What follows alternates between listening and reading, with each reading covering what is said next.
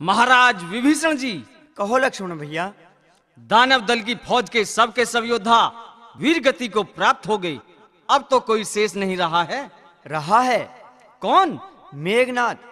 इसका तात्पर्य अभी युद्ध होना है? अवश्य लक्ष्मण भैया, अवश्य। और हाँ, ये होने वाला युद्ध अब साधारण युद्ध नहीं होगा। और महाराज, इस युद्ध में रणकुशलता दिखानी होगी। क्यों महाराज? क्योंकि मेघनाद साधारण योद्धा नहीं है। क्यों? वो कैसा योद्धा है? वो महावीर है। उसने इंद्रलोक के राजा को भी पराजित कर रखा है। अच्छा? हाँ लक्ष्मण भैया, ब्रह्मा, विष्णु और महादेव जैसे महान देवताओं की शक्तियां उसके पास हैं, जिनका प्रयोग युद्ध में इंद्रजीत अवश्य ही करेगा। फिर क्या होगा महाराज? मेरा मार्गदर्शन तुम्हारी सफलता का मार्ग बनकर पल पल तुम्हें सफलता का संकेत देता रहेगा। मैंने तो यही समझ लिया था कि युद्ध समाप्त ही हो गया। लंका इतनी जल्दी हार नहीं मान सकती लक्ष्मण भैया, क्योंकि मेघनाद के पश्चात अभी तो लंकेश भी युद्ध के लिए शेष हैं।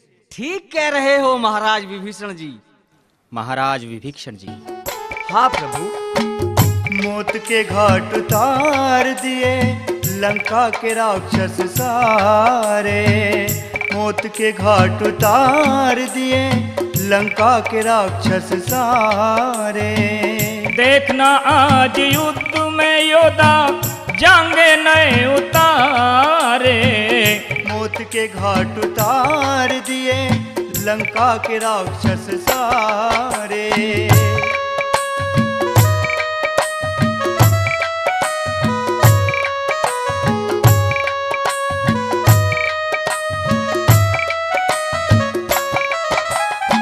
सारी सेना नष्ट हुई, अब रहा ना कोई बकाया। श्री राम जी योद्धा रह गया 10 कंदर खा जाया। श्री राम जी योद्धा रह गया 10 कंदर का जाया।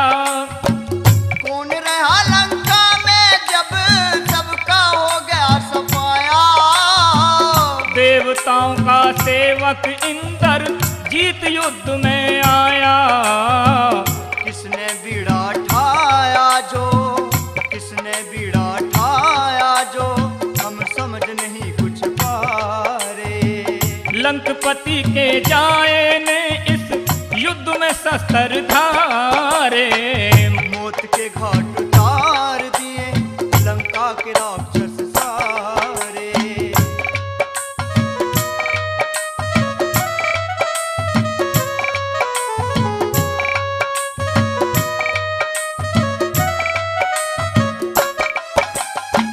मित्र विषण मेघनाद तो वीर बड़ा बलकारी। इसलिए तो युद्ध भयंकर होगा रण में भारी। इसलिए तो युद्ध भयंकर होगा रण में भारी। उस मेघनाद की गुस्से में लगे रण की भी तैयारी। रण कौशलता मेघनाथ प्रभु स्वयं जानता सारी। इंद्रदेव की हारी सेना खुद भी रण में हारे। दानव दल ने क्रोध गिन के दहक रहे अंगारे। मौत के घाट उतार दिए लंका के राक्षस सारे।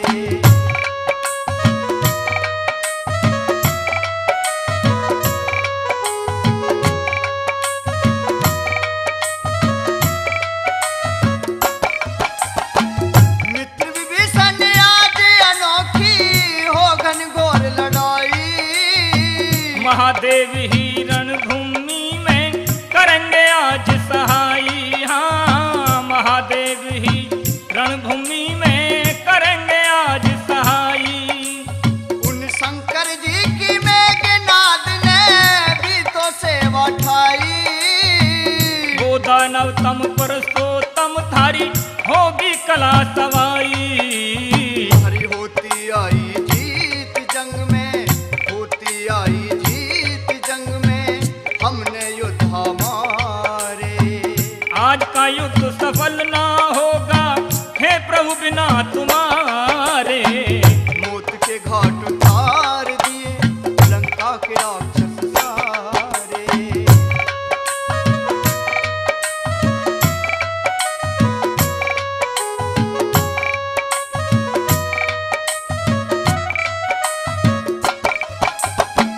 रामादल की सेना रण में जाए शारदा रट के।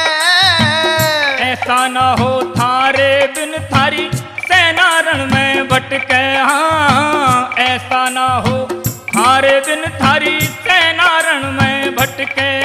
इस रामादल की सेना रण में लड़े खूब कट कट के। महालड़ाकू मेघनाथ भी लड़े खूब डट डट के। तट के निकट लगे नैया, तट के निकट लगे नैया, पूरे अरमान हो मारे। ऋषिपाल जैसे योद्धा के सुनना खूब हुंकारे।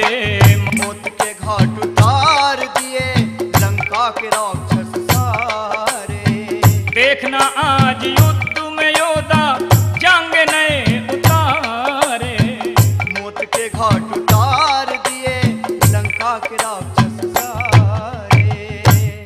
मेघनाथ योद्धा तो है, परंतु क्या रामादल की सेना का सामना करने में सक्षम हो सकता है? हाँ प्रभु, अवश्य। मेघनाथ ने इंद्र को पराजित कर श्री ब्रह्मा जी से इंद्रजीत नाम का अलंकरण प्राप्त किया है। मैं भली भांति जानता हूँ विभीषण जी। मेघनाथ और इंद्रजीत एक ही आदमी के दो दो नाम? ये अनोखी बात कैसे भ्राता? मेघनाथ जन्म से ही अत्यंत विलक्षण विशेषता लेकर पैदा हुआ था। जन्म लेते ही बालक के प्रथम स्वर में मेघा जैसी गर्जन थी, इसीलिए लंकाधीश ने अपने इस पुत्र का नाम मेघनाथ रख दिया। बालकपन से ही बच्चे की क्रीड़ाएं बड़ी विचित्र और विलक्षण थीं। किशोर अवस्था तक पहुंचते पहुंचते मेघनाथ ने अपनी कुलदेवी निकुंबला के मंदिर में कुलगुरु शुक्राचार्य से विभिन्न सिद्धियां प्राप्त की थीं, जिनका लंकापति रावण को भी अचानक ही पता लगा। आओ मेघनाथ, आज के युद्ध में आपका स्वागत है। श्री राम का सेवक सुग्रीव सबसे पहले आपका स्वागत करने के लिए आ गया है। सूर्य पुत्र सुग्रीव का स्वागत स्वीकार करिए इंद्रजीत जी। ऐ बानर, मेघनाथ के समक्ष युद्ध में आकर अकाल मृत्यु को निमंत्रण मत दो। चले जाओ जंगली बानर सुग्रीव, चले जाओ। कहाँ हैं बनवासी राम और लक्ष्मण? काल रूपी इंद्रजीत आज उन्हें मृत्यु दंड देने आया है। श्री राम से मिलने के इच्छुक इतने मत हो इंद्रजीत। प्रभु के दर्शन करने के लिए इतने लालायित हो कि सेवक को सेवा करने का अवसर ही नहीं देना चाहते हो। प्रभु के सेवक को सेवा करने का मौका तो दो युवराज। तेरी सेवा अवश्य स्वीकार करूंगा। व्यंग्यात्मक शैली का उच्चारण करने वाले बानर ठहर।